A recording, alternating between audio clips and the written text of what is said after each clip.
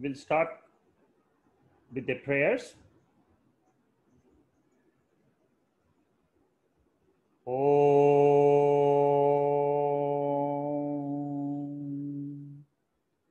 Sahana Bhavatu Sahanao Bhunaktu Sahaviryam Karavavahai Tejasvinavaditamastu ma vidvishavahai. Om Shanti Shanti Shanti.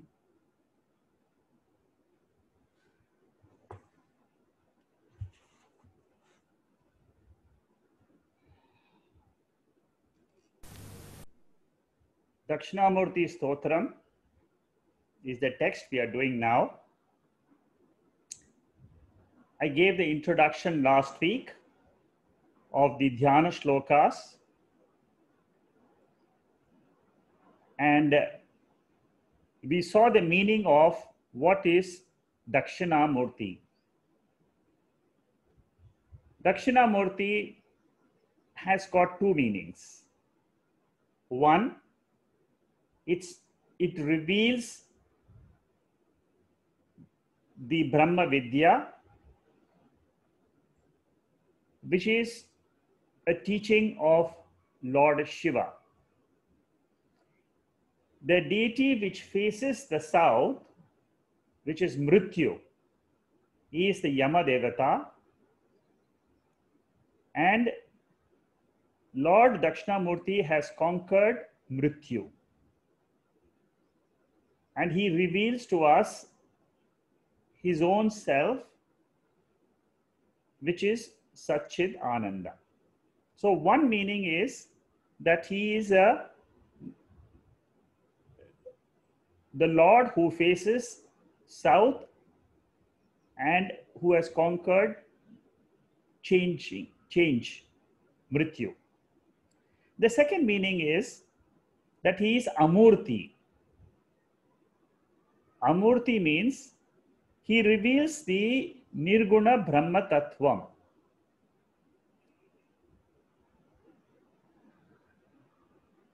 This Lord which we are trying to know has got two aspects.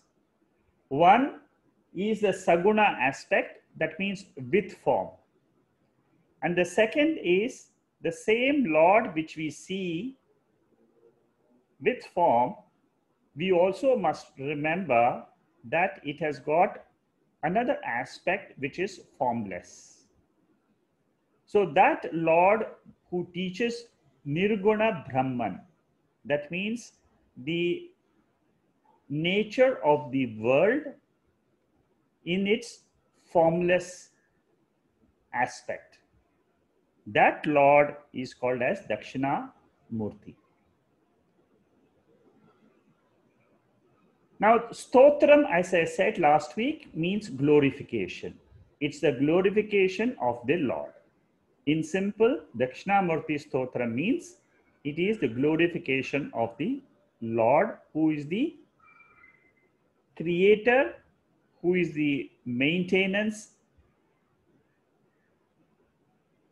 and maintainer, and who is the resolver of this entire universe. At any point of time, throughout our life, we can never say, I can't see the Lord, because according to Shankaracharya, according to the scriptures, the Bhagavad Gita and the Upanishads, whatever we experience in this world is the Lord, the good and the bad. Everything which we experience, when our eyes are open, when our ears are hearing things, they are all nothing but that one principle. How I should visualize this world is being taught beautifully by Shankaracharya here. What he has written in 580 verses of Vivek Chodamani, he condenses that in 10 verses in Dakshinamurthy Stotram. You can imagine what a brain he must have been, what a wisdom he must have possessed. Someone who can write and describe the reality in 580 verses can also condense it in 10 verses. The same teaching which you see in the Upanishads is described here. Shankaracharya is the Adi Guru. He is regarded as the avatar of Lord Shiva itself. His guru, Shankaracharya's guru, was Govindapada. And his Govindapada's guru was Gaudapada. You can see there is a guru parampara which flows through in the tradition. Now that his grand guru, Gaudapada, had written a beautiful commentary on Mandukya Upanishad. And in many of the works of Shankaracharya, you will find Mandukya Upanishad is the essence of his teaching. This is only to reveal that this particular Upanishad, consisting of just 12 mantras, can give the entire essence of the reality. In Dakshinamurthy Stotram, he takes that analysis of the three states. And in his mind, Shankaracharya has got the view of Chandogya Upanishad also.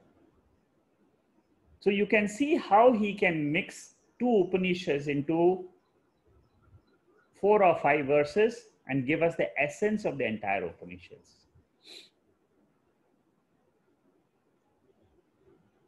The first mantra of this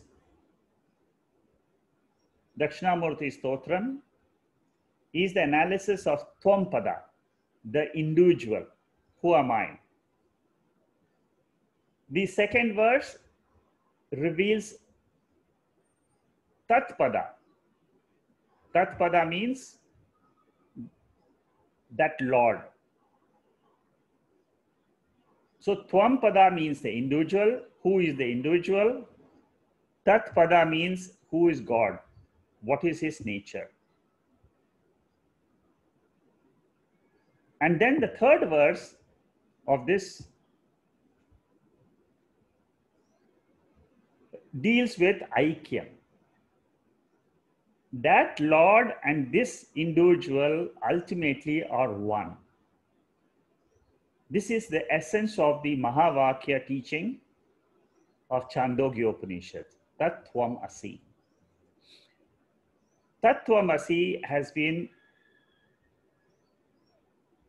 built in these 3 verses, which we are going to study.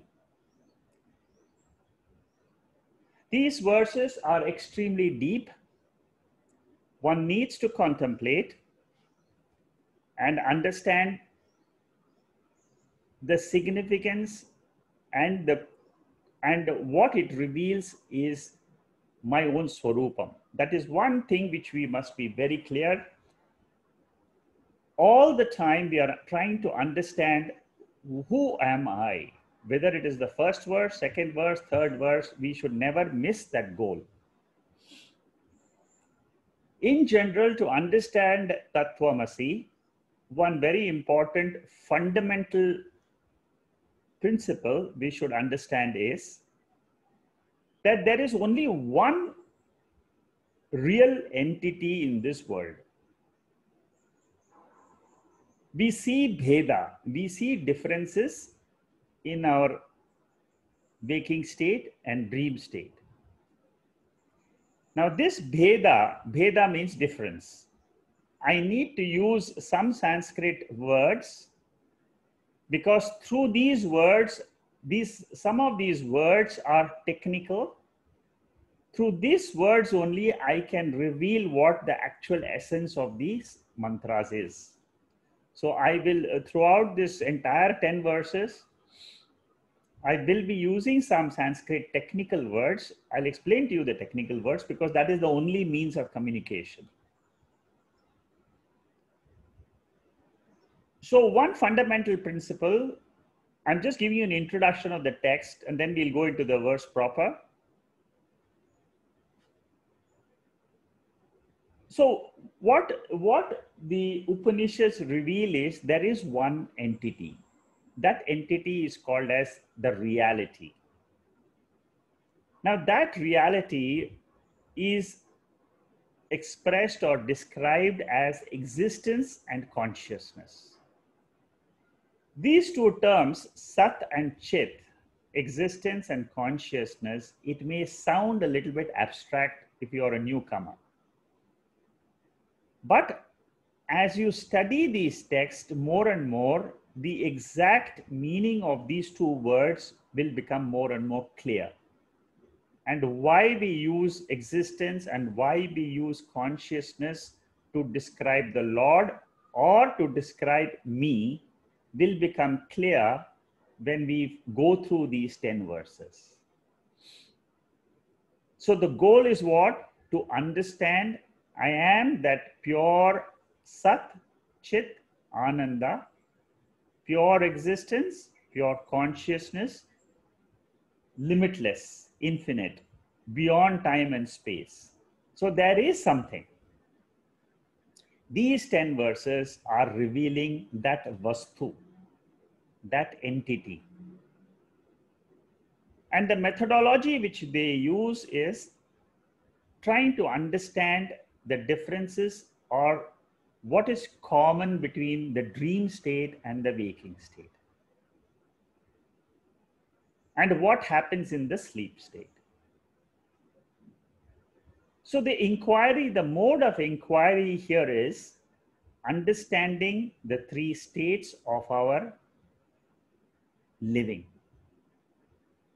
Unless you analyze the three states and contrast and compare, you will not be able to appreciate the depth of these 10 verses. That is one point. The second point we should understand is whenever I see a difference between me and the world, for example, all of us, we see a difference. I am different, the world is different. World is different, I am different. World is different from me, I am different from the world. Both, each one of us perceive throughout our life. This is what this question of difference between I and the world is the inquiry which we have to do. This is the second point you should understand, how step by step Shankaracharya leads us to the reality. According to Shankaracharya in these verses, he says this Bheda or cognition of me separately and the world separately is a vritti, is a thought in the mind. It is not a reality. The reality is pure consciousness. What is cognized is different than what the reality is. Whatever we experience is called as vyavaharikam, transactional reality. Whatever is our nature is called as absolute reality. So the second lesson we should keep in mind is that there are two realities. One is transactional reality and the second is absolute reality.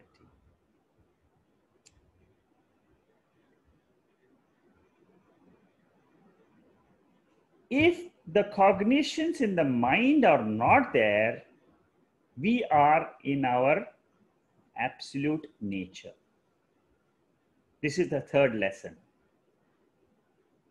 The third lesson is,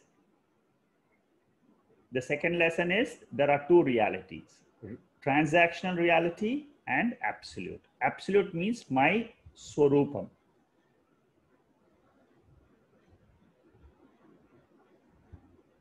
So what really exists is only that Swarupam, which is Satchit Ananda.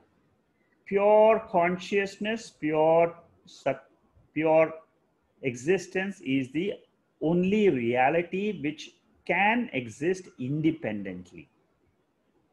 By knowing that independent reality, I can know that I am that pure consciousness existence. There is only one ultimate substance in this world, which is called as Brahman. Brahman or Satchit Ananda is the same thing. So this world which we see is only in the mind. It's in the form of cognitions. That means whenever we are awake, the mind is awake. The mind sees the world in the form of cognitions, vrittis, thoughts, perceptions. The world is variable, but the consciousness which is perceiving this world is invariable.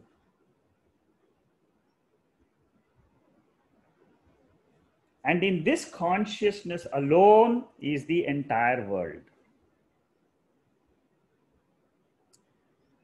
So with this short introduction, if once you know these basic lessons of how to approach these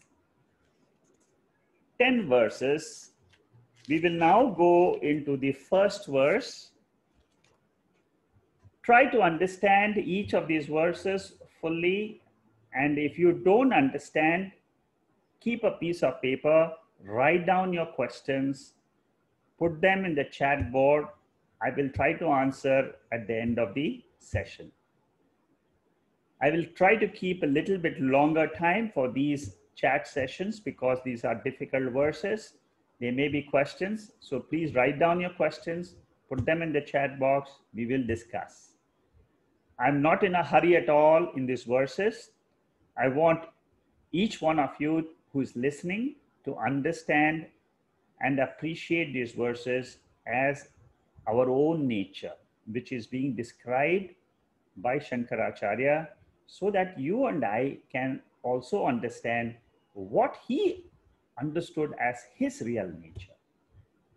Shankaracharya also lived in the same universe, in the same Jagat. He also had the same experiences of the 5 elements. He also had the same 3 states of consciousness like we have. But what did he have and what we don't have is the knowledge of the scriptures. He could understand the scriptures thoroughly, keep it in his mind, and then also teach. Teach students in a short form, in a long form, to basic students, to advanced students. This text is for advanced students.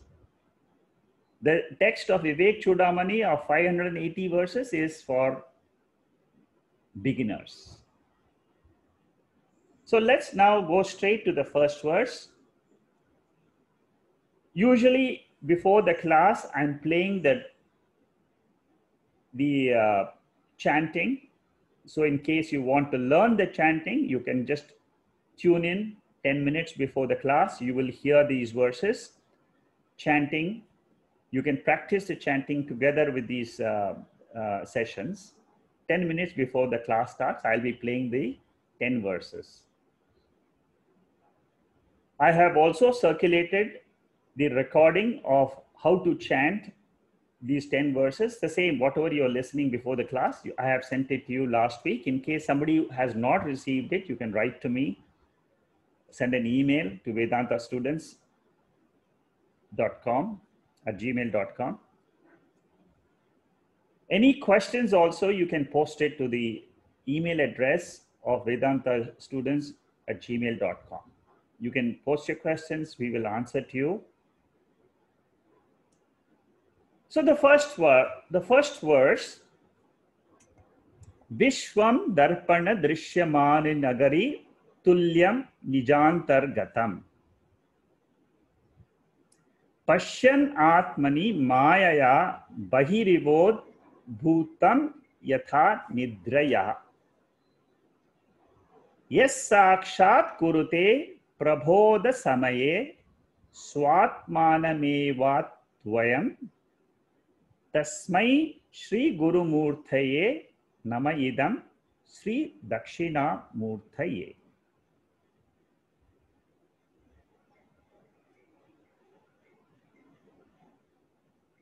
He who experiences at the time of realization. I'm just giving you the word meaning, then we'll go to the depth of these verses as to what really it is trying to convey. He who experiences means what? The person, a student, when he is realizing the truth, he is waking up to the knowledge of his real self, which is Satchid Ananda. Suppose you and I are studying this text and we are understanding our own nature. I am that Satchid Ananda. And if I'm able to grasp the teaching, that is what is given here as the time of realization. Prabodha samaye. Here prabodha does not mean our waking state. Here it means waking up to our real nature. And what do we experience? What do we realize? Our immutable self. Immutable self means this, whatever we realize from the first verse, is our imperishable nature. You must be very, very clear what it's trying to reveal. It is not revealing anything else in the world. It is not revealing the objective world. It is revealing the subject. And then, so this is the first one. The first is what? The first lesson is, it is experience. This is what is being experienced when one realizes the self. And what is this self? It's immutable. Advayam. Advayam means imperishable, non-dual. And that is called as the self. That is called as the Atma. And what is this Atma? Then he describes this Atma is playing as the universe of names and forms.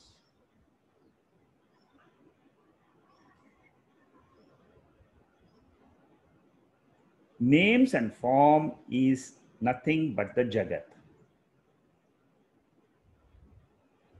So, the first part of this whole teaching is there is pure consciousness, pure existence, which we call it as Brahman, or we call it as my own real nature, as the higher nature of mine.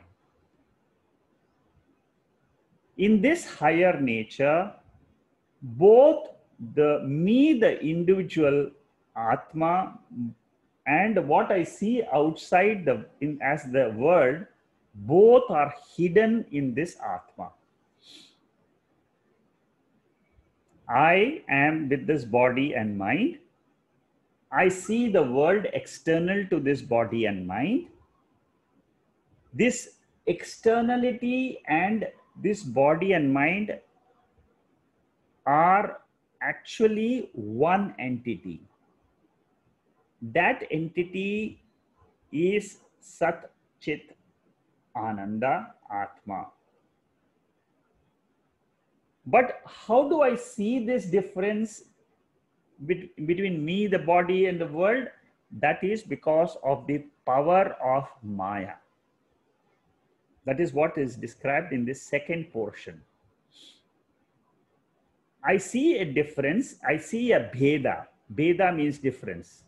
I am the individual. The world is separate from me. This difference is coming about because in that pure consciousness, there is a power which is called as the power of Maya. This power exists in Sat Chit Ananda. This Satchidananda is nothing but it is my own Swarupam, your own Swarupam. Everybody who is a living being in this universe and the objects of the universe, the Swarupam, the nature of this is that pure self. So that entity, real entity, is all called as Brahman. It is called as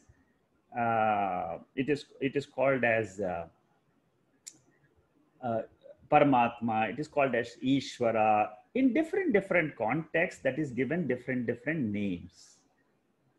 But what the nature of that pure entity is described in Taittiriya Upanishad as Satyam, Jnanam, Anantam. That entity is pure existence, pure consciousness, and infinite. It is beyond time. And that entity has got a power. That power makes this experience of mine in the waking state with a difference between me and the world.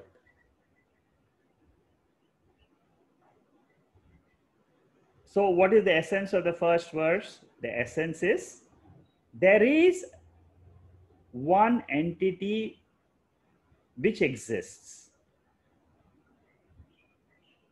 What we experience in our waking state is duality. I am the individual and the world I experience is an object of experience. I am the subject and the experiencer and the world is experienced. But between the experiencer and the experienced, there is a common substratum. That common substratum is called as this entity, real entity, which is called as Ishvara. You can call it as Ishvara, you can call it as Bhagavan, you can call it as in different names. You can call it as Lord Shiva, you can call it Lord Vishnu, you can call it Jesus, you can call it Muhammad, you can call it Allah, you can whatever you want to call. The name is different, but the entity is one. All we are trying to understand is that nature of mind. It's a nature of our own, it's our own nature. Ultimately, what Shankaracharya is trying to reveal is who am I in my essence. I experience the body, no doubt. The body was born in this world, no doubt. But is it the real entity who I am? That is the question we have to ask.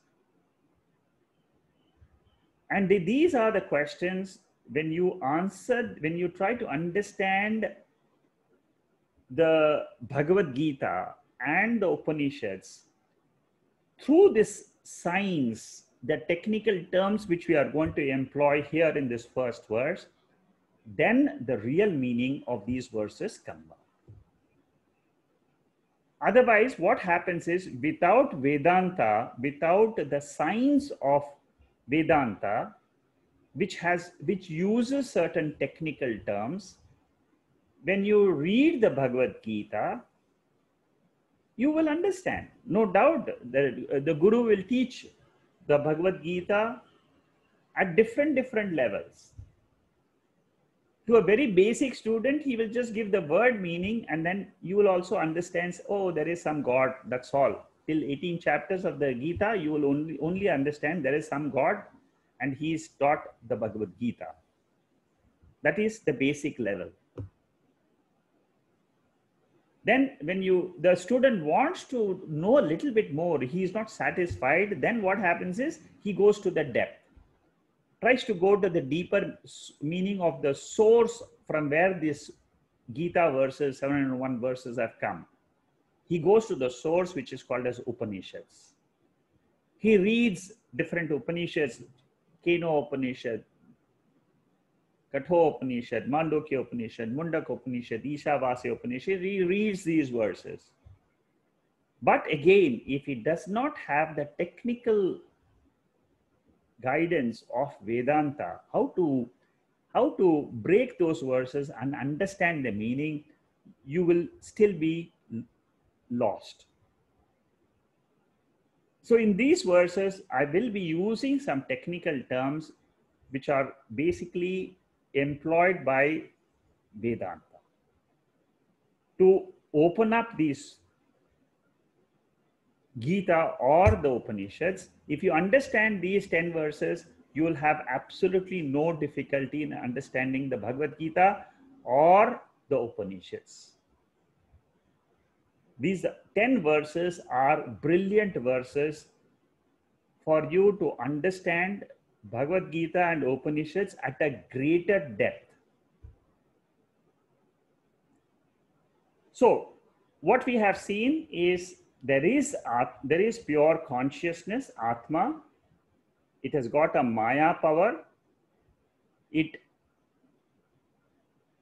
makes or it manifests this waking state for all of us. That is what is called as Ishvara Srishti, the power of Maya to create, to manifest this whole universe. 14 lokas are there in this universe. All this entire cosmos is all hidden in that Sat Chit Atma. There is a very beautiful word, Nijantar Gatam. Very, very powerful word of Sanskrit. Nijantar Gatam means inner self. If you want to know the real nature of yourself, or you want to know the real nature of God, no use to search in the world outside. That is only a stepping stone. But ultimately, if you want to know what is the nature of God and where is he, is not in Vaikuntha or Shivaloka or Brahmaloka, or those lokas are only stepping stones. Nijantargata means that Lord whom you are trying to search outside is inside you. Inside you means inside as the core essence of you and me. That Satchid Ananda is the life behind all the bodies. Kshetratnam chapi mam vidhi sarvakshetreshu bharata. Chapter 13, third verse of the Bhagavad Gita. The Lord clearly says there, I am there in all the bodies as the observing consciousness principle. That is the same thing which is being revealed here in this first verse. The first verse is the most often quoted verse in Shankaracharya's writings and bhashyams. If you understand if you see his commentaries on Bhagavad Gita and the Upanishads, the first 4 verses of this Dakshinamurthy Stotram is the most often quoted and referred verses by Shankaracharya himself. Very, very beautiful verses because they have the depth of his revelations. So here, like I said, he is revealing to us the pure consciousness, which is our own nature, Nijantargatam. We have to realize it as our own true nature. Pashyan Atmani. Pashyan means see. Atmani means in oneself. Understand that this consciousness is our real nature. And then, because of this Shakti of this pure consciousness, Maya Bahihi, that means through the power of Maya, it splits into inside and outside. Inside the body, thoughts, emotions. Outside the mind, outside the body, the whole world of the whole cosmos, stars, lightning, planets, the whole world. Ultimately, what is the substratum? This pure Satchid Ananda. That pure consciousness is called as Dakshinamurthy. See how in one small verse he compacts, he gives a essence of this entire creation as that pure consciousness. That pure consciousness is called as Dakshinamurthy. He says, I prostrate to that consciousness, Dakshinamurthy. And who is that Dakshinamurthy? That Dakshinamurthy who teaches me my own real nature. Sri Guru Murtaye, he is the Guru. And I have said Guru Murti means that Murti, I see I go to Shivan temple, I see Lord Dakshinamurthy there in the Shivan temple with Chin Mudra. That is the external form. But when I look at that form, I must remember this Vishwam Darpana Drishyamana Nagari. That verse should automatically come to us. Immediately when you see Lord Shiva's form, this verse must come to our mind and say, this is what Lord Shiva idol represents. There is a consciousness, there is a life. In that Murti, there is a life, there is consciousness. That consciousness is what is being revealed by that idol. When I go to the temple to look at that God, I am remembering that consciousness principle, which is the teaching of that Lord through this Dakshinamurthy Stotram. That is why they use Prabodha Samaye, Sakshat Kurute. Prabodha Samaye means at the time of my own realization of my own true nature. Sakshat Kurute. Sakshat means, for me it is very clear. I am very clear that pure consciousness is in me, inside me, this individual body and mind. That is what is shining. That is what is the power behind my mind. The mind has got different thoughts. The mind has got different dualities. It can see the world of perception, perceive objects, perceive the world. But ultimately, there is only one thing, which is Dakshinamurti, which is this pure being. All the consciousness in all the bodies represent only one pure being. And that pure being is what Shankaracharya says, I prostrate to that one being, that spiritual being, as my Guru. Because that Guru is revealing to me the entire universe, not only to Shankaracharya. When you and I are seeing the same universe which Shankaracharya saw, we are also being revealed by that pure consciousness. When I see the whole world, I should remember that it is the manifestation of that pure consciousness, which is my true nature. If I know the true nature, I am eternal. I am become timeless, because that pure consciousness is timeless.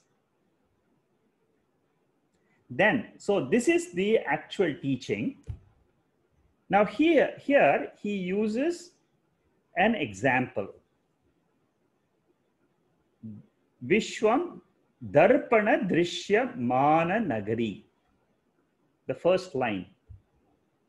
Vishwam means the entire universe, including my body. We should not, when we say Vishwam, it means the world, Jagat.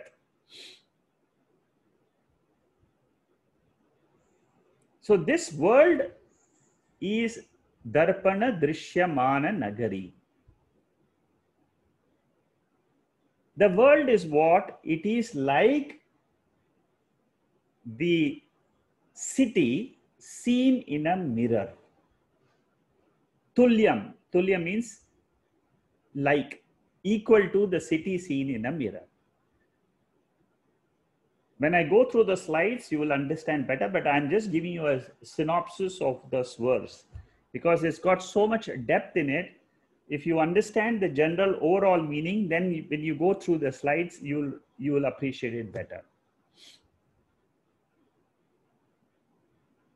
So Drishyamana Nagari, that means we are talking about seeing this whole city of the whole universe in the mirror of consciousness.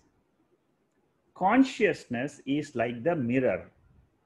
Like you see in a mirror a reflection,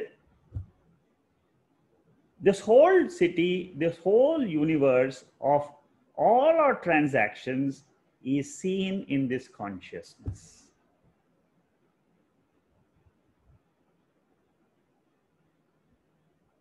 And how is it seen? Yatha nidraya. Now he says the city which is seen in the waking state is like the city in the dream. He compares what, suppose we see any dream you take, you will find similarity between the waking state and the dream state. I was talking to you about Mandukya Upanishad, and I was talking to you about Gaudapadacharya, the grand guru of Shankaracharya. He has written a commentary on Mandukya Upanishad on the three states, the waking state, the dream state, and the sleep state.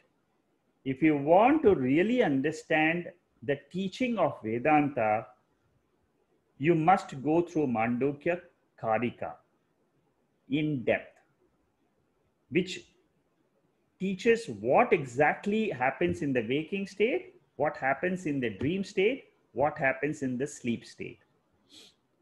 That is why I'm planning to take Mandukya Upanishad immediately after this, 10 verses, so that you can see the teaching which is so common between these two texts. So the waking world is like the dream world. It has got these, there is a subject, there is object, there is duality in both. Both are experienced.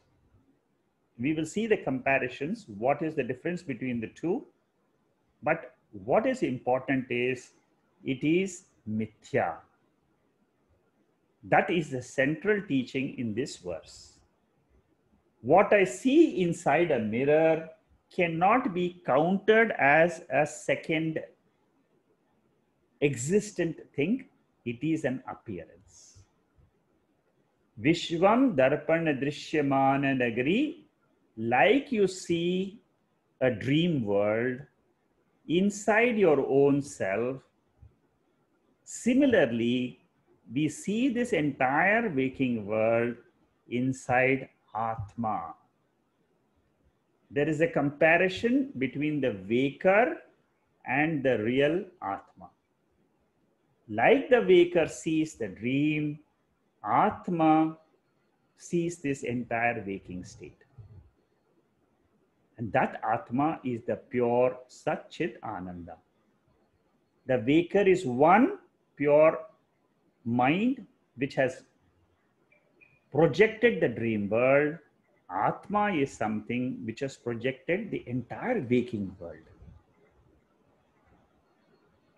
Many of you, or I will say all of you who are listening, will say, how is this all possible? How can I accept this teaching as the truth? When you listen to this first time, you'll say, this is something which I'm not able to accept. This is one of the obstacles of the human mind. We need to cross this obstacle in order to understand the depth of the teaching. So initially, you may get wonderstruck as to how this is possible. How is this entire waking state goes into something you're saying as consciousness? But it is the truth. Like the world always believed that the earth was flat, unless someone came and said, no, the earth is round. It was earlier believed that the earth is going round the sun. The sun is going round, but now later it was said that the sun is stationary, the earth is going round. Earlier it was believed that the sun is going round the earth. So these are all experiences which ultimately the truth is only one. Majority of the people at that time did not believe that the earth can be round. But one scientist, he came and said, he blew away the entire knowledge at that time. Similarly, we must believe that whatever is coming from the Shastra is the truth. If you have that faith that the scriptures will not lie, they are helping me to understand my own nature, then you will accept you have to accept what the scriptures teach us. We cannot try to prove what the scriptures say by science or by our experience. We cannot prove. The proof is the scripture itself. Consciousness is one entity in which the waking state is coming and going, coming and going. This is what is the teaching. We accept it and then we try to understand and reorient our thinking to the new understanding. That is what is called as transformation after knowledge. Because when we accept the teaching and we learn the vision of the scriptures as our own vision, it changes us. It changes our behavior in the society. It changes we feel more happier. We feel more blessed. So these are the advantages when we accept the teaching and then we carry on. You see, what happens is faith is something, you start with faith, that belief which you had initially becomes the truth. Initially, it may sound that you are just a believer of the scriptures, but you have the faith in the scriptures is telling the truth. The same belief is converted to ultimate truth for you. So with this background, I will now start with the slide presentations. What is Atma, Anatma, Viveka, and what is the relationship between Atma and Anatma? That is what is the essence in this verse. Atma means pure Satchit, pure existence, consciousness. What is Anatma? Anatma means the entire world which is experienced. In Bhagavad Gita chapter 13 language, for those who have done that, it is Anatma means Kshetram. And what is Atma? Kshetraknyaha. Atma is Purusha. Anatma is Prakriti. Atma is Neyam. Jnanam and Neyam. Anatma is Neyam, object to be understood. Drishyam. Drik is Atma. Drishyam is Anatma. So, what is the relationship between the consciousness, which is my real nature, and the world of body made up of 5 elements, the mind made up of subtle 5 elements, the gross universe, which is made up of 5 gross elements? So there is a consciousness principle and there is a matter principle consisting of the 5 elements. The consciousness principle is a changeless principle. It never changes right from beginning of time. Before time, consciousness existed as pure consciousness. Even now, it exists as pure consciousness. In this consciousness, the world is coming and going. The world consists of this body, mind, all the bodies, all the minds, all the objects in the universe.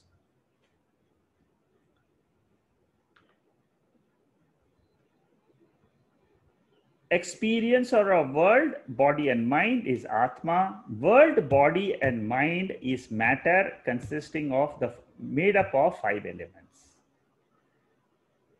This is the fundamental thing between Atma and Anatma. So when you sit in meditation, you should have this in background. I am the consciousness principle.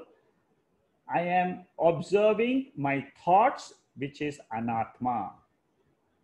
Anatma, the thoughts keep on changing. All the thoughts pertain to the world of objects and beings. Whatever you think in your mind is thinking, they are all having an object. Without an object, the mind cannot think of something. So mind is attached to the objects and beings in the world. Constantly, 24 hours of the day, you will find that the mind is active. Or during, say, 18 hours, when you're asleep, the mind is passive. So constantly, this is how the matter is bubbling with thoughts and thoughts and thoughts. But in order to see your mind clearly, you should know that you are the Atma. If you sit in meditation without the knowledge of the scriptures, you will not be able to succeed in meditation. But with the knowledge, you can succeed. Because all the time you sit in meditation, you will be only watching the mind.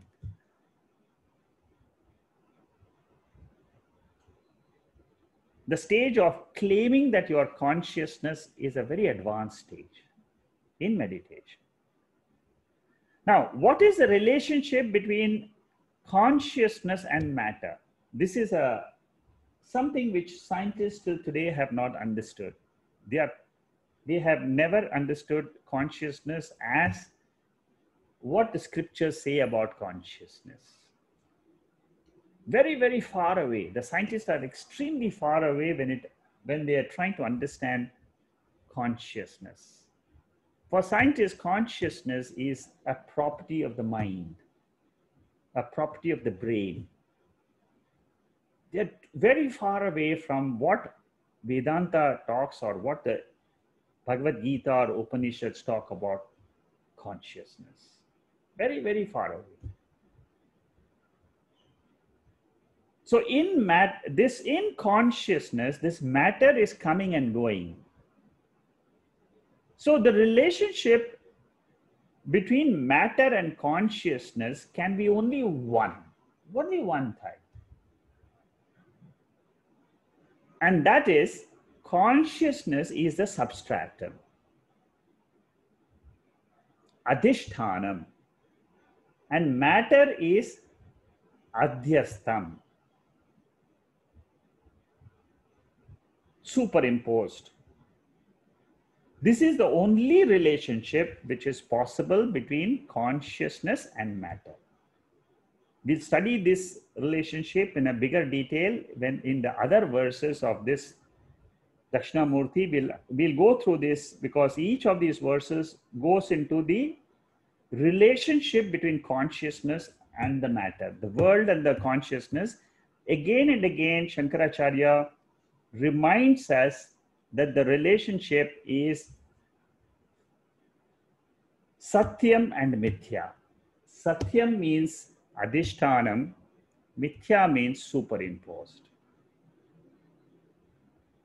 If you want to understand what is the Satyam and what is Mithya, the best example which is given in the scriptures is our dream example, or we can take the example of Darpana Nagari. Two examples. One, Darpana Nagari means in a mirror, you see the reflection of the whole city. Suppose you are driving and in your mirror outside, you see the city behind, the cars behind. That means you are seeing the city behind in that mirror. That is called as Darpana Nagari.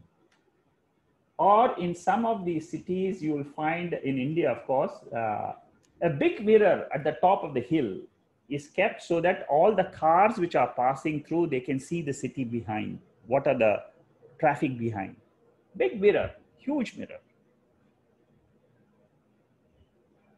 So the mirror is like the consciousness, and the city which you see inside the mirror is the entire Jagat. That is the example. That is what you should understand as the example. And the example is to show what? There is Satyam mirror, and in the Satyam mirror, there is a reflection. Satyam is the consciousness mirror, and in that, the reflection of this entire world is coming and going. So we must remember consciousness is that mirror, like that mirror. And the second is Swapana Nagari. Swapana Nagari means a city or a scene in the dream. In these two examples, we have to understand 4 factors. This is what is called as the technical terms. If you understand technically, then what happens is this consciousness will remain firm in the mind. Otherwise, you might just listen and then it might just pass away. You may not be able to retain the knowledge. In order to retain the knowledge, if you know how to go to the depth of that consciousness and understand what it really means through these technical terms, then what happens is the firmness, the nishtha of that pure consciousness, I am, will remain firm with you. The first factor is Adhishtanam. Adhishtanam means it is the substratum. Consciousness is the substratum. The waker is the substratum for the dreamer. Similarly, Atma, the pure consciousness, is the substratum, Adhishtanam, for the waker. That Atma, consciousness, is called as the higher nature compared to the waker. Like the waker is of a higher nature compared to the dreamer. That is the meaning of Adhishtanam, substratum. Then the second factor we should remember is, now these 4 factors are all referring to the Adhishtanam, the consciousness principle. The second aspect is Satyam. Satyam means it can exist independently.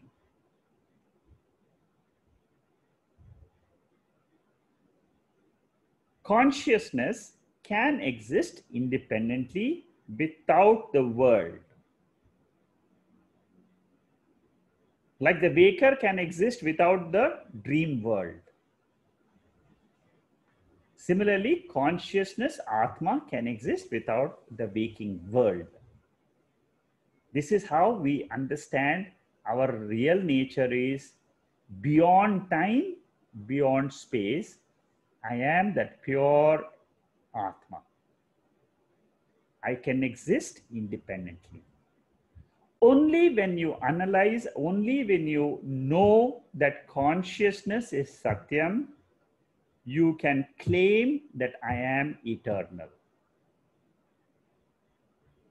Many a times, Upanishads and Bhagavad Gita teach us Ajo Nitya Shashwatoyam Puranaha Na Anyate Hanyamane Sharire. Bhagavad Gita. Na Jayate Mriyate Va Kadachit. Chapter 2, 20th verse. In those verses, what it says is, as Atma, O Arjuna, you are eternal. That was what Lord Krishna taught in the Bhagavad Gita. The same thing here is being taught by Shankaracharya. He says pure consciousness is your real nature. Whatever experiences are there, good and bad, they are only experiences. They are at a level of transactions in the Vyavahara. They do not touch the Atma. They do not affect the pure consciousness. Like the example we saw was like the space is not affected by the wind. When the wind is foul, when the air blowing is foul, the space is not affected. Similarly, Atma is never affected. If I know that I am this pure consciousness, this is my nature, all the turbulences in the mind, the emotions in the mind, the sorrows in the mind, they are not going to affect Atma. That is why every day when we get up from sleep in the morning, we feel fresh. Because the mind has washed away all the sorrows of yesterday. It's bright and ready to receive the new day. And then face the new challenges. Again, go through the sorrows and joys of the world, of the Jagat during the daytime, during our waking state. Again, we go back to our resting place, the pure consciousness. When we are resting, we are one with that pure consciousness, which is Satya. And this is a cycle which has been going on and on and on and on in pure consciousness. Eternal cycle, beginningless cycle.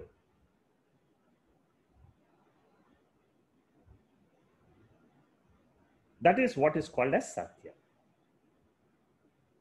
The third feature, aspect of that pure consciousness is Asangatvam. Asangatva means it is not at all connected, related with the Jagat. It cannot be affected by the Jagat. Satya means it independently exists. That means I can exist independently without the world, without the body and mind as I am in my sleep state. In my sleep state, I don't have the world before me. But I, as Atma, pure consciousness, can exist. Even when the body goes away after, when it dies, I'm still there. That is what is called as Atma. That is what is called as Nityam. That is what is eternal. That is immortal, Amritatvam. So, this Atma is Asangaha, never affected. That is the third lesson, very important lesson taught by Shankaracharya in this first verse of Dakshinamurthy. You can see the depth of this teaching in one verse when you analyze it in this form. Advitiyam, Advitiyatvam means non-dual. This is the fourth important lesson from this example and the teaching of consciousness. Advititiyam means what? It means non-dual. There is only one consciousness in which is there in all the beings. Your consciousness, my consciousness is exactly the same. There's only one non-dual consciousness. In that consciousness, reflections of the mind come and go. When you are awake, that reflection of consciousness is there in your mind. When I am awake, I get the same reflection. The power behind your body and my body is the same consciousness. One consciousness, one sun principle, which is giving light to the entire earth. If I know that sunlight, I know all the light which exists in all the places at all times during waking state. It is there. The sun is bright, it is shining, it is the same light. When your mind is awake, my mind is awake, it is the same consciousness. If I go back and understand that your consciousness is the same as my consciousness, I will never see duality. Non-dual nature is the principle behind consciousness. What I'll do is I will stop here because these are all very technical, important aspects of the teaching. If you have some questions, like I said in the beginning, or let me finish this particular slide up to the end of this page. Darpana Nagari means like you see a mirror and you see the reflection of a city or of all the people in a mirror. That is what is depicted in this particular diagram here. Similarly, this mirror stands for consciousness, and the whole world of sound, forms, touch, smell, all these five subject, the world of the sense organs comes and goes in consciousness. It is experienced when the mind is awake as a reflection of that pure consciousness. That is what is called as pratibhimbam. Pratibhimbam means reflection. Darpana Nagari, in a mirror, a city. So the mirror is the supporter, the city is the supported. This is what is the first aspect which we are studying, called as adhishthanam. Adhisthana means the supporter. The supporter for your world, your internal world of thoughts and emotions, is consciousness. My supporter, the supporter of my emotions, my world. For example, your world must be, maybe you're in London, maybe you're in America, maybe you're in India, maybe in Delhi, maybe in South India. These are all different worlds. Your world is different than my world, but this is subjective world. The subjective world is called as Jiva Shrishti. We will study this a little later in the other verses. What your mind is projecting is your own world. You are thinking of medicine. I am thinking of computer science. There's somebody else who's thinking of politics, somebody else thinking of banking, another thinking of programming, another thinking. These are all internal worlds. They're all reflections in what? In consciousness. The supporter for all these worlds is one consciousness. The external world of waking is not Jiva Shrishti. That is called as Ishvara Shrishti. Ishvara Shrishti means there is a power who controls this entire universe. That is Lord's creation. The five elements is Lord's creation.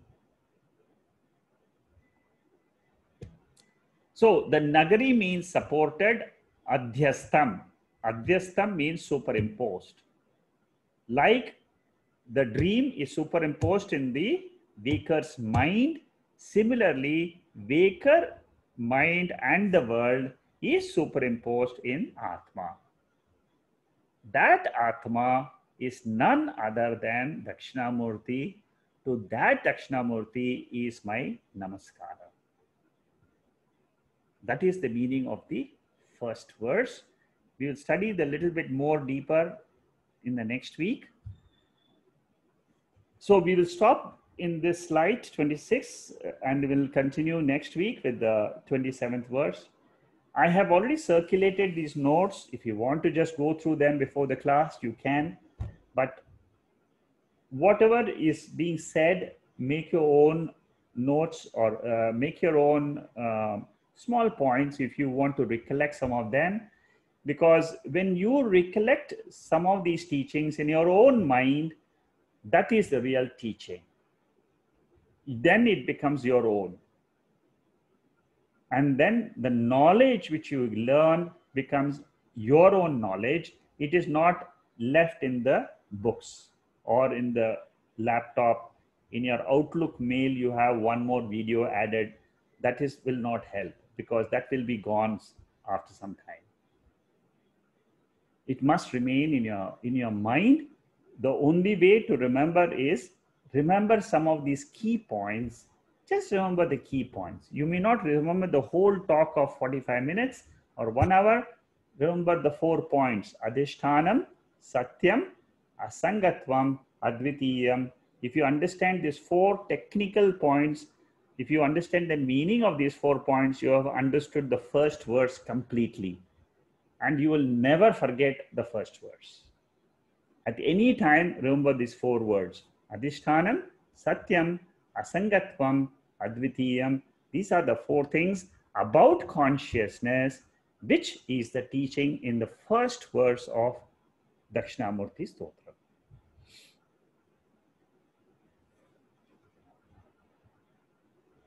With that, we will close for today's session.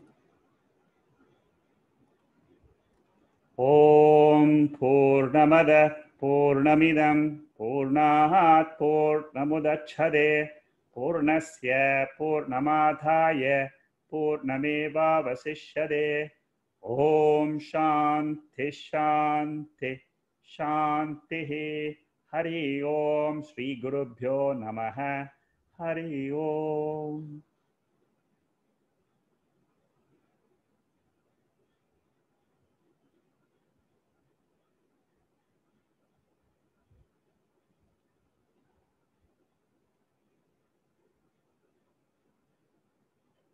Okay, I have a few questions here. Harsh Agarwal is it Maya which results in the ego in all of us? Yes, it is Maya which results in the ego. So the power of the mind, the I, which you feel the moment you get up in the morning, that is what is called as the Mayic power.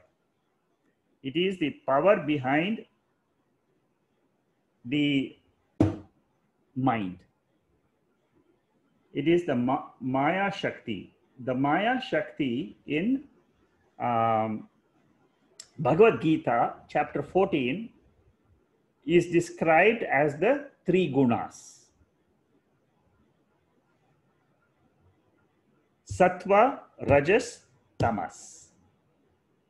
Ahamkara is the ego. And this ahamkara, there can be a sattvic ahamkara, rajasic ahamkara, tamasic ahamkara. When you have a rajasic ego, you want to do action throughout the day. Even till 12 in the night, you want to be active. That is called as the rajasic ego. You want to read something, you want to write something, or in the afternoon or 2 o'clock, you want to take a nap. That is tamasic. That is the I which wants to sleep. So it is the Maya Shakti which gets reflected in the mind. When it gets reflected, all of us have the three states. The ego, that means sattvic, rajasic, and tamasic ego is there for all of us. It's not only you. It's a question of how much is the proportion. If you are more sattvic, means your mind wants to understand jnanam. Those who are attending these type of talks, they are definitely more sattvic compared to the others who are only action oriented. So to answer your question, Harsh, Maya results in the ego for all of us. It is the power of the Lord, and that is what is the is something which ignites us every day. That is the power. You see, if you want to know where is that Lord, He is in your mind as the activating principle in your mind. Second question, why does Atma project the world in the first place? Why is there a need to do it? The need is because of the Viseshanam Karanam. The Lord is the Jagat Srishti, is the overall, he is the one who is the creating the universe, maintaining the universe, and resolving the universe. But why he does that is for the benefit of the jivas. The jivas have a desire. You have a desire to experience the world, enjoy the world. So the Lord is the factor which supports the jiva, so that ultimately each of these jiva is ultimately able to come back and realize that supreme nature of Atma. At a higher text, when you see this question of yours, I can answer in two forms. In the first one, I have just now said, as per the law of karma, the jiva's karma, the Lord has created this, projected this entire universe. This is for the basic student, not for an advanced student. For an advanced student, I will answer this question. Why do you think about projection of this world when you are Atma? As Atma, the world is as good as non-existent. Only when you are a jiva, you can ask this question about projection and Atma and so on. So for an advanced student who has realized this Atma, from Atma standpoint, there is no Jagat. There is no jiva. Atma alone is the teaching. There is no projection in Atma happening at all. That is a separate matter which is coming and going, coming and going. It is something which you can't explain. Anirvachaniyam. That is how the scriptures describe the world. Anirvachaniyam means indescribable is this interactional world of Jiva, Jagat, Ishvara. This is like a dream, like a dream. It is a lower order of reality. If I ask you, why do you create your dream every day in the night? No answer. It just happens. Same way, as a waker, you can say, well, the dream came and went. I don't care whether that dream existed 1 week ago, 1 month ago, 1 year ago. It just came and went. I am a waker. So similarly, when I am the pure Atma, there is no world.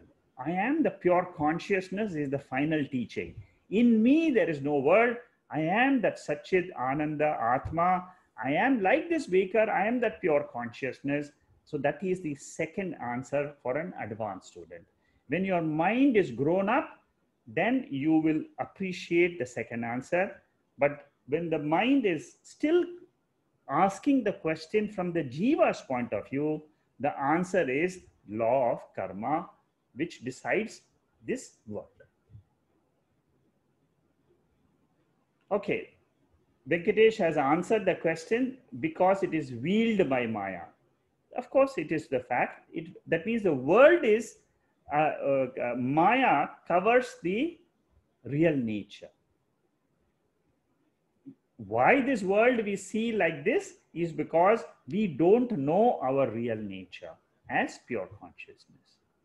The moment you come to know that I am that pure consciousness, then what will happen? You will still be in the world, but you will not be worried about anything in life. Nothing will affect you.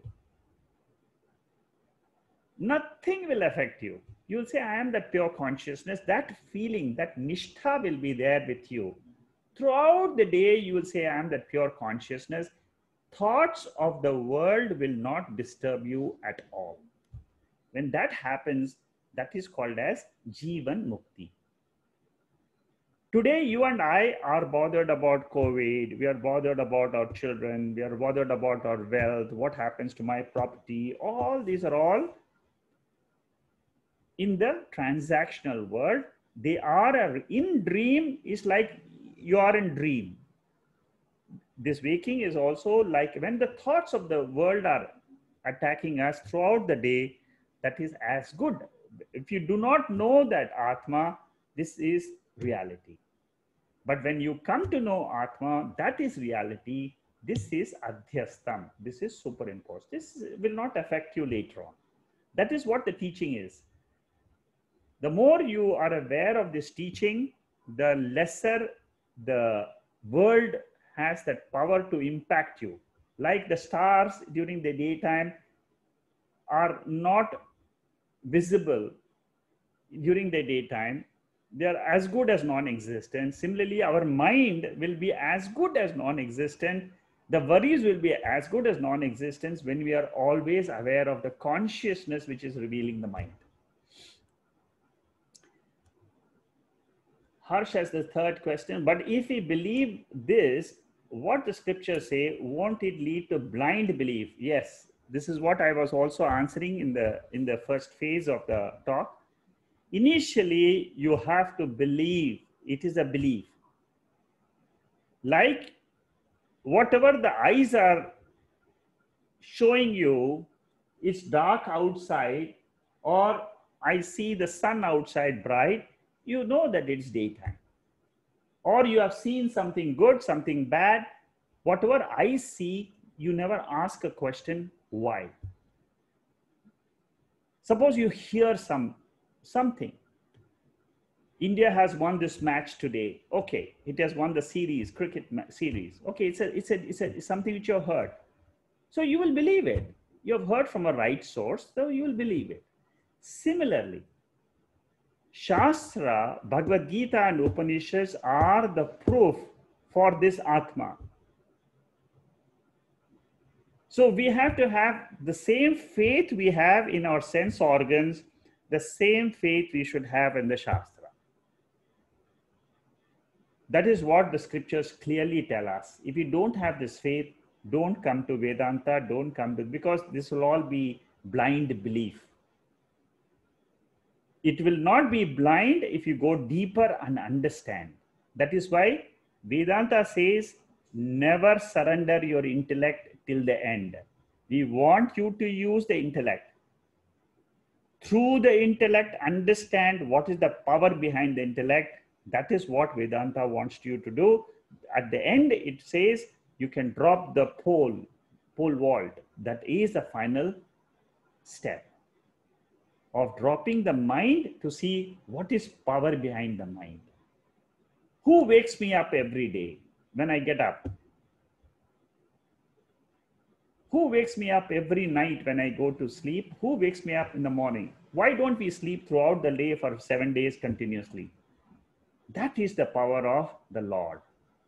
There is some external power which wants me to experience certain things in this world. Again sleep, again get up, again experience. That is the power of the Lord. That is called as Ishvara Srishti. Okay, Venkatesh has explained a mirror example. That's fine. Could you please once again explain the difference between Satyam and Asangatvam? Okay. Satyam, I will explain this again because you see, there are two different terms. Okay. Satyam is different, asangatvam is different. Uh, Satyam in our normal, in transactional reality, in our normal day-to-day transactional world, Satyam means truth. You speak the truth. Don't tell lies. That is what is the superficial meaning of Satyam. That meaning is totally different than what is taken as Satyam in Vedanta. When Vedanta uses Satyam, it is a technical term. It comes from the Upanishad called as Taittiriya Upanishad. So you will understand Satyam very well when you do that Upanishad, because that defines Satyam. It'll expand what is Satyam, and there's a lot of technical aspects which I have to explain. But if you have the chance to go to Taittiriya Upanishad, Brahmananda Valli, in that Satyam Jnanam Anantam Brahma, that is the definition of God given in that Upanishad. How do we understand Satyam?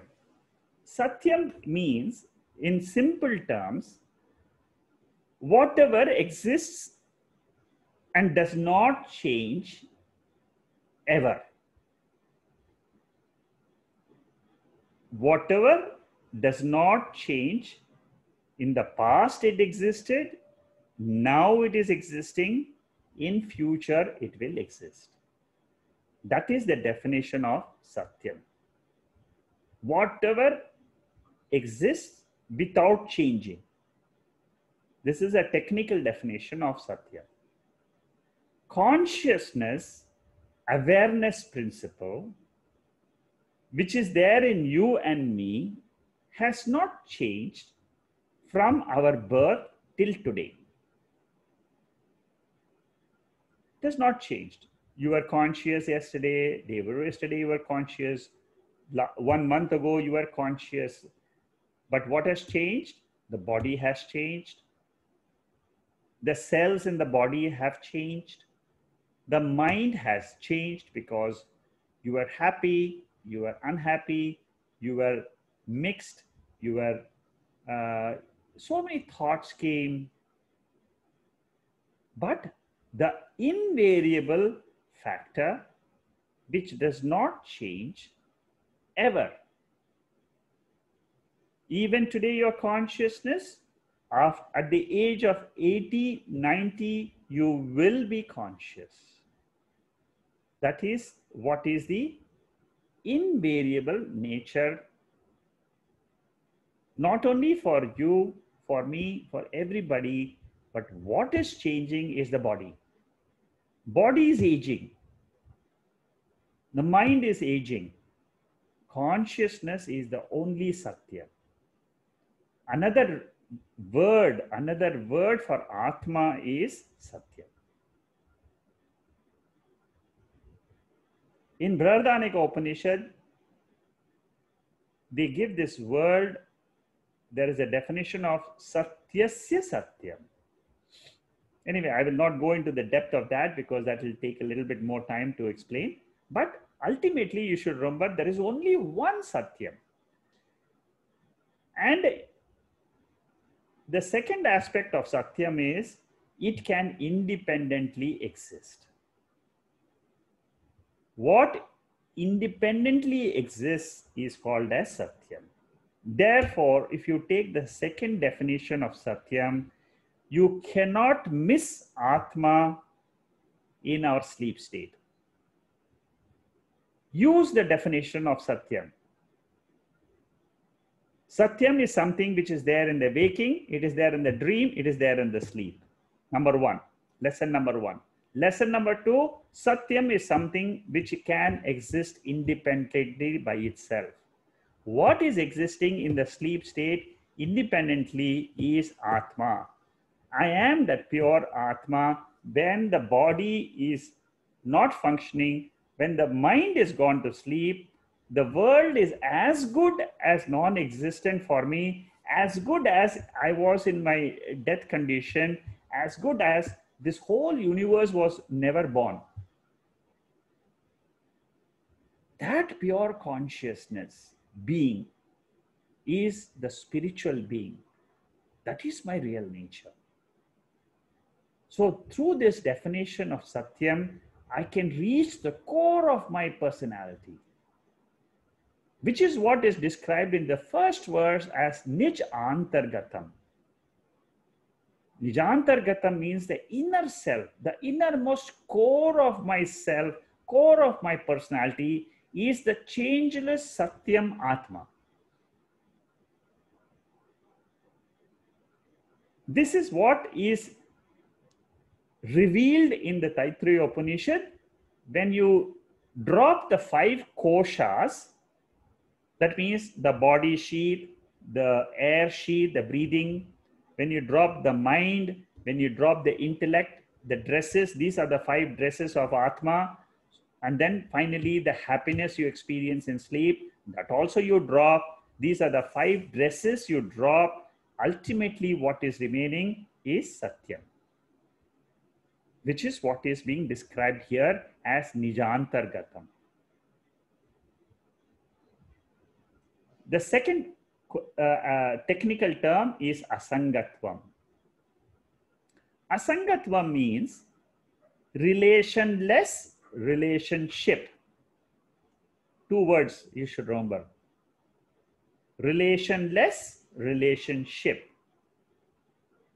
What is the relation between the waker and the dreamer? How is the waker related to the dreamer?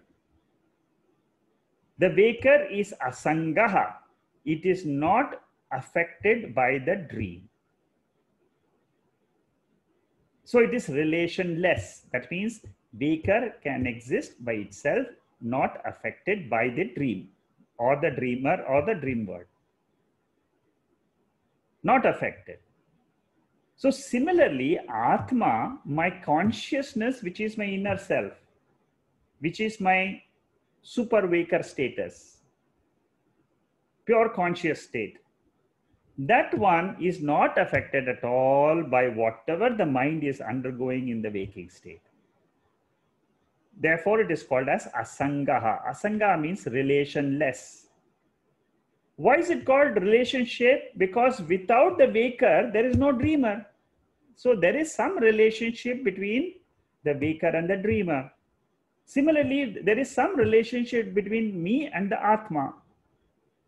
So relationless relationship. And what is the relationship? The relationship is Adhishtanam, Adhyastam, substratum and superimposition. This is the relationship between the Karana Shariram and Atma. Karana Prapancha and Brahman. In the world, what type of relationship do you see? Sangha. Cause effect. So, from the world standpoint, there is a cause-effect relationship. Sthula Shariram and Sthula Prapancha. There is, Sthula means the gross universe and the gross body. What is the relationship? The relationship is cause-effect. The body is the effect, the 5 elements, the gross elements is the cause. We will be seeing this in depth in the 2nd and the 3rd verse, but I'm just giving you a little bit because you asked this question about Asangatvam. Asangatvam is only with reference to the Karana Shariram. That means with reference to the Atma and my causal body, the relationship is substratum and Adhishtanam. For the vasanas which I have, the Adhishtanam for the vasanas, which is the Karana Shariram, that Adhishtanam is the Atma. When it comes to the subtle body and the gross body, we will have a cause-effect relationship in the world with the five elements. This is what is described in another beautiful text called as Vichara Sagara. The difference between cause-effect relationship and substratum and superimposition. What is the difference between the two is very beautifully described in Vichara Sagara, but I'm just giving you a little bit of depth from where this comes in. Okay, we have Sindhu is asking, it was a deep study. Okay, well, this is an extremely deep text, very, very deep text. And if you do such text, then Bhagavad Gita will become a walkover. It will become very easy.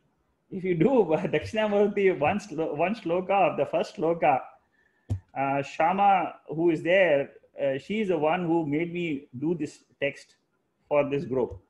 So she told me, I want to learn Dakshinamurthy. So I said, okay, let me try. Okay, so then may I share some thoughts? Yes. Oh, you're here. Okay, you can share. Let me finish the questions.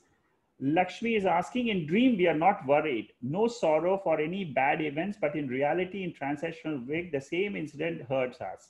Should these incidents be treated as unreal and come out of the thought deliberately? Yes, you're right.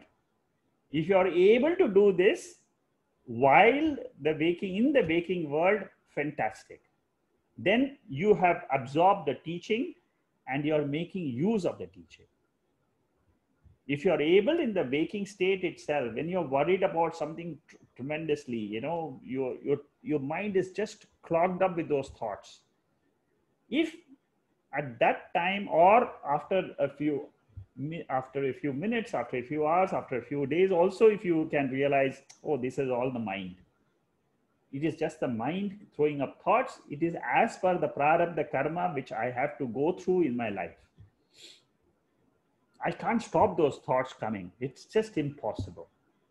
So I have to live them. It comes and goes. It will come. So your knowledge of the Atma will help you here to come out of your sorrow.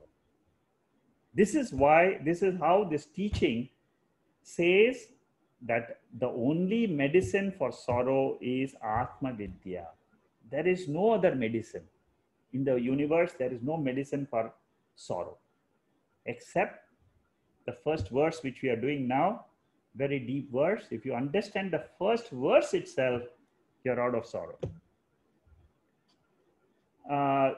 Okay, with such a deliberate act, yes, if you keep practicing this again and again, what will happen is every time the mind comes into sorrow, immediately you will start getting the teaching. This is my mind. This is my mind. I know then. And then immediately what will happen is you become a witness. The moment you become a witness of your mind, sorrow can never remain. There are many ways people get rid of sorrow. They just open up the TV or open up the mobile and start looking at the WhatsApp. Then you feel that very happy, I can listen to music. I can listen to some talk. So these are all ways and means for those who don't have the knowledge of pure consciousness. Chandrarekha is asking, pure consciousness, Atma, experiences the Mithya world, Anatma, due to the power of Maya, which controls our thoughts and perceptions in a waking state. But this is not the real truth and should be considered like a dream. Yes, you're right. The experiences are actually like a dream. That is what Mandukya Upanishad will tell us. And the same thing Shankaracharya is going to tell us in the first verse. He says that whatever you experience in the waking world is mithya. That is the essence of the first verse. Exactly like you experience the dream, the waking experiences, the subject, object, instrument, interactions, and their emotions, everything is nothing else but a trick of Maya. If you understand it's a trick of Maya Shakti, you're out of the three gunas. So Chandrarekha, good, you have understood the teaching. Substratum Adhishtanam relationship kindly explains, okay, substratum Adhishtanam relationship. No, substratum and Adhishtanam is the same. But it has got a relationship with the world. World is a Maya.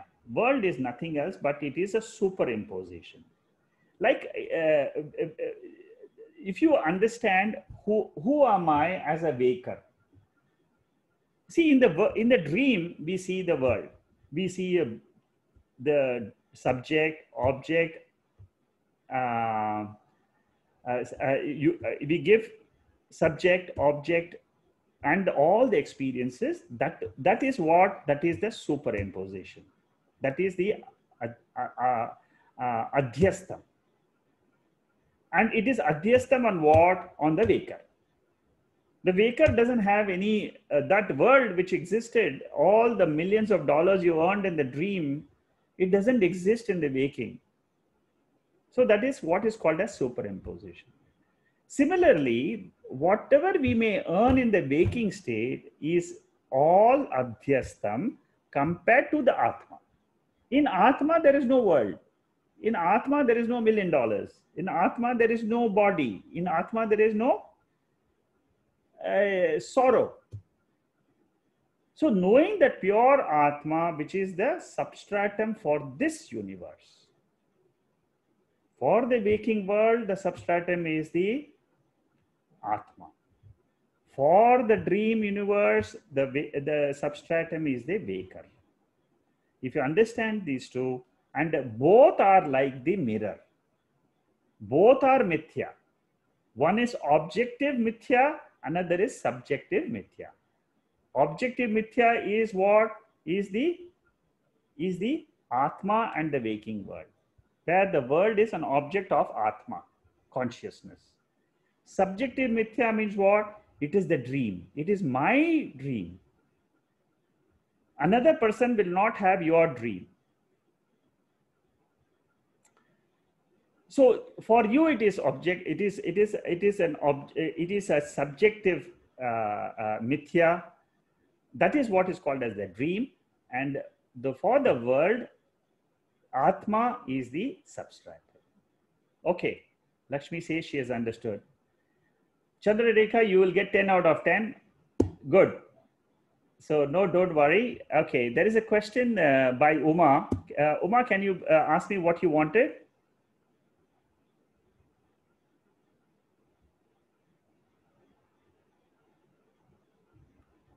Yeah, Uma, can you talk? Jay, you can hear me? Yeah, tell me. Yeah. Okay. In the verse, there's this word bhutam. So what is it referring to? Bhuta means the entire 5 elements. The 5 elements. Yes. The world is nothing but the 5 elements. And then the next thing is clarification. This okay. The next one is this Jaga Srishti, no, Jiva Srishti and Ishvara Srishti, yes, they are both actually mithya, right? Both are mithya. That is coming in the next slide where I stopped today. The next slide is going to say that Jiva Srishti is mithya, Ishvara Srishti is also mithya. Both are mithya. One is objectively, it is seen. Another is seen subjectively. Both are mithya. Okay, right. And then on page 25, yeah. Okay, I just want to clarify this. You know, you have under Anatma, you have indicated experienced I, but actually there's nothing as experienced I. Because I don't exist, the experience are not real. So technically, it's not there at all. Yeah, you see, that is why it is called as Anatma. Experienced I here stands for the ego I. Okay. The ahamkara, you know, when we say I am the doer, I am listener, I listened to the class today, I like the talk. So this is all the I. So that I, which is the ahamkara, which is the ego, is the experienced I, which you are talking about here. Okay. Is it clear? All right. Thank you so much, Shagaji. Okay. Yeah, it's clear now. Thank you. Yeah, thank you. There are 2 questions, one from Vijaya and also from Shama. Can we, okay. Okay, Shama, can you ask your question? What did you want? it's not a question really. It's just really the joy in anticipation of all of this journey. So this is all that I wanted to share with people if they're happy and you're happy really. So yeah, just really what's the point of all this knowledge? Also, it is what Harsh was mentioning about the blind belief. So it actually takes all of that. So it starts like this. Know the knower. In knowing the knower, all is known. When all is known, what else must be known? There is not else to be known. The mind shall therefore rest in its final resting place. Satyam Jnanam Anantam, the Satchit Ananda. Oh, what bliss! What else may man desire? If mad you must be, O mind, choose then the divine madness, the ultimate intoxication that far excels that this world of Maya could ever give.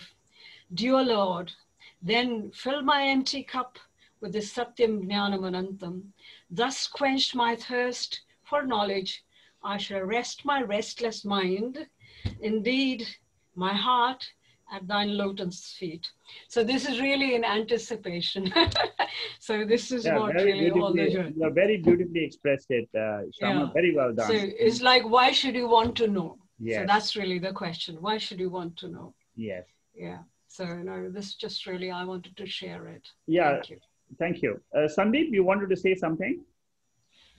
Yeah, so good evening to everyone. Thanks for this session actually. So I would like to share something, interesting thing.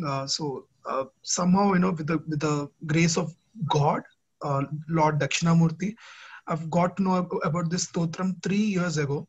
I mean, since then, I was reading it daily on a daily basis. So let me tell you, this text is the beautiful text which I've ever gone through entire this Advaita Vedanta. Because let me tell you, it has got only 10 verses and it is very easy, that you can, probably chant it within like maybe probably to 6 to 7 minutes. But this text has got, oh my God, it has got lot of, even if you start reading it after 3 years, you might find some new things actually. So that is the main reason why I've joined this class is, that I would like to learn something new from the teachers, because it has got so deep things, deep verses or deep meaning inside in each verse. So that is the reason, I would like to, I joined this class and I recommend, people, all the people like to read this text, if based on their availability, because this text is the beautiful thing and I can't express the words. Definitely, I think only experience and the joy is the one which speaks about it actually. Thank you. Thank you, Sandeep. You're expressing the same joy as what Shama expressed just a minute ago. I'm just so happy. Yeah. These 10 verses are really a masterpiece of Shankaracharya. And, you're right. When you listen to them again, if you listen to the same talk after 1 year, you will find your own mind will be much more mature to understand the same text much more deeper.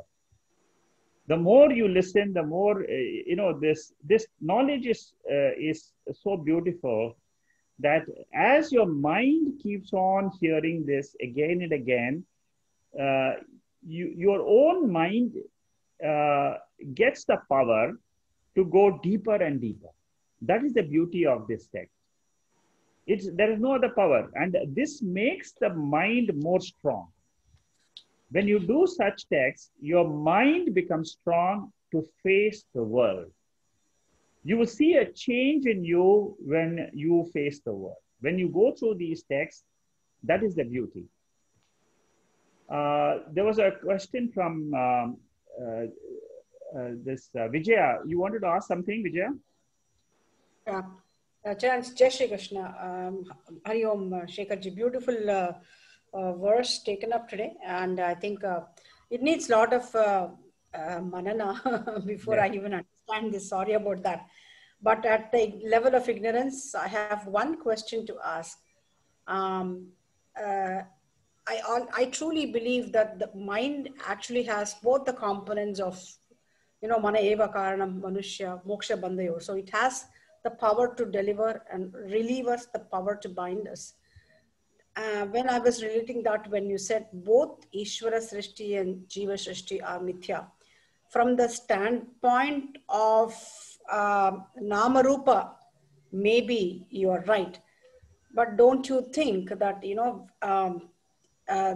Ishvara Srishti actually becomes upasana for me to be able to appreciate and understand that it is the Jiva Srishti, it is that me and mine which actually creates the bondage, but otherwise there is nothing called me and mine in the Ishvara Srishti.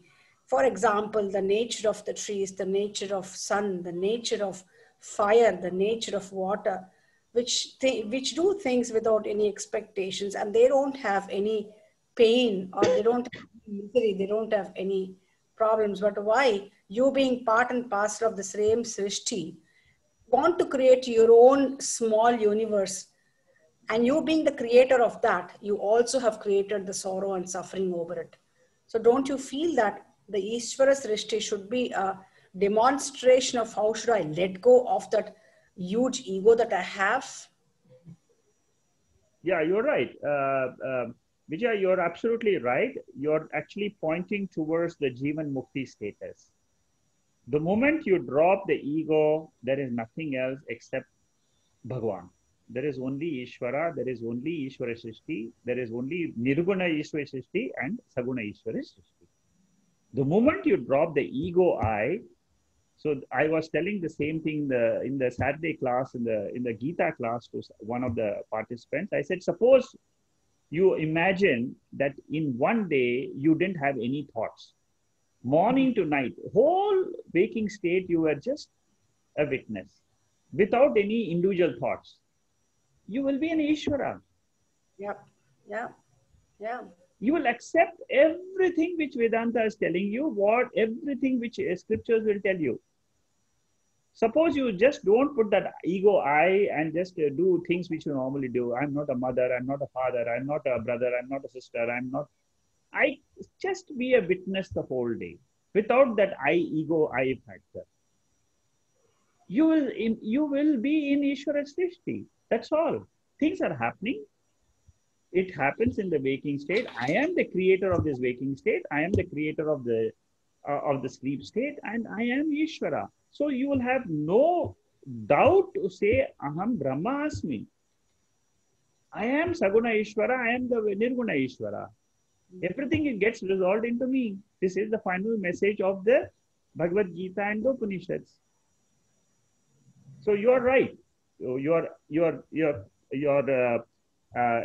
method of thinking and your method of analysis is perfect. This is a typical Jivan Mukti analysis.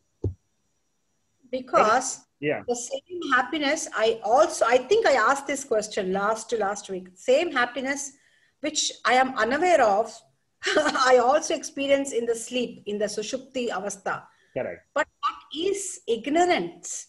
Whereas when I am in the waking state, when I'm able to experience the Samadarshana, letting go of I, is it definitely not the same bliss with the jnana? That means devoid of ignorance. Is it not the ultimate aim of entire scriptural reading, right? Yes. See, the difference between dream and waking, I'll explain to you, is in dream, you are only a bhokta. Whereas in waking, you are a karta as well as a bhokta. Therefore, in waking, you can use your karta nature of the mind, and you have that willpower to claim I am that pure consciousness. In sleep, you can't claim. Yep. In dream, you cannot claim because you're a bhokta. In sleep, you're a bhokta. You are not a karta in sleep. You are not a karta in dream. Yes. You are only a bhokta. Whatever the Lord wants to give you as an experience, you just take it in dream. Whereas in the waking state, you have ability to use the mind and use your willpower that makes you, that is what is called as purushartha. And through that Purushartha, you can claim that pure nature, Aham Brahmasmi. That is why this entire teaching is given in the waking state, so that even though you are experiencing in the sleep state that happiness, that is still a reflected happiness. It is not the original happiness. It is Anandamaya Kosha, which is experienced in sleep. Here we are talking about Atma Ananda. And this can be claimed only in the waking state through the help of scriptures. Again, I say, the complete faith in the scriptures is a must. If you are coming to Vedanta, to come to these classes, yes, whatever, that means you have to empty your mind first of all the cobwebs you have fitted into your mind. I am so-and-so, I am so-and-so, I am rich, I am poor, I am educated, I am not educated. All these are all notions in the mind. Just remove it. And then let this knowledge come into the mind. Thank you. Thank you. Yeah. Thank you very much. Okay. It's a very deep text. It's a very, very deep text. Thank you very much. Okay. Thank you. It's quite some time. We are taking a long time. It's almost 8:30 here in Singapore. So we'll stop here. We'll continue with this Dakshinamurthy next week. And thank you and good night. Hari Om. Hari Om. Hari Om. Thank you. Thank you, Shekharji. Good night. Thank you. Thank you. Thank you. Thank you. Hari Om. Thank you. Hari Om. Thank you. Hari Om, Shekharji. Jai Shri Hari Om. Thank you.